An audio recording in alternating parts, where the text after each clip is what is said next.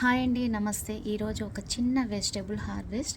ఆ వెజిటేబుల్ని హార్వెస్ట్ చేసుకుంటూ ఆ మొక్క గురించి నాకు తెలిసిన ఇన్ఫర్మేషన్ని మీతో షేర్ చేసుకుంటాను. సో హార్వెస్టింగ్ వీడియోలోకి వెళ్ళిపోదాము. అందరికీ తెలిసిన వెజిటేబుల్ బీన్స్ అండి. సో ఈ వెరైటీ వచ్చేసి బుష్ బీన్స్.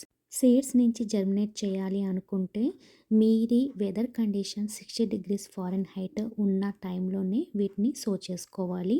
అండ్ సో చేసుకునే ముందు వీటిని ఒక 24 అవర్స్ ముందు నీళ్ళలో నానబెట్టి సో చేసుకుంటే 7 to 14 డేస్లో చక్కగా జర్మినేట్ అవుతాయి.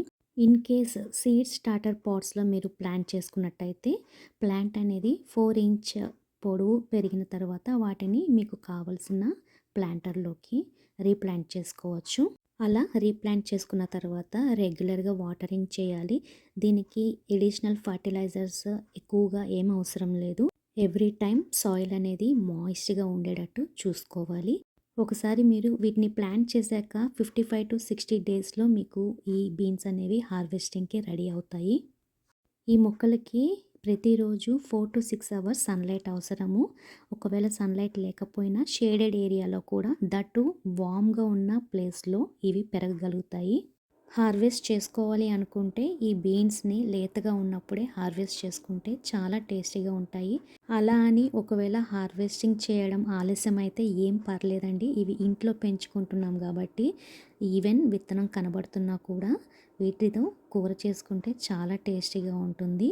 అండ్ మీరు కొన్ని బీన్స్ని చెట్టుకే వదిలేస్తే అవి ఎండిపోయిన తర్వాత వాటి నుంచి సీడ్స్ని కూడా కలెక్ట్ చేసుకోవచ్చు.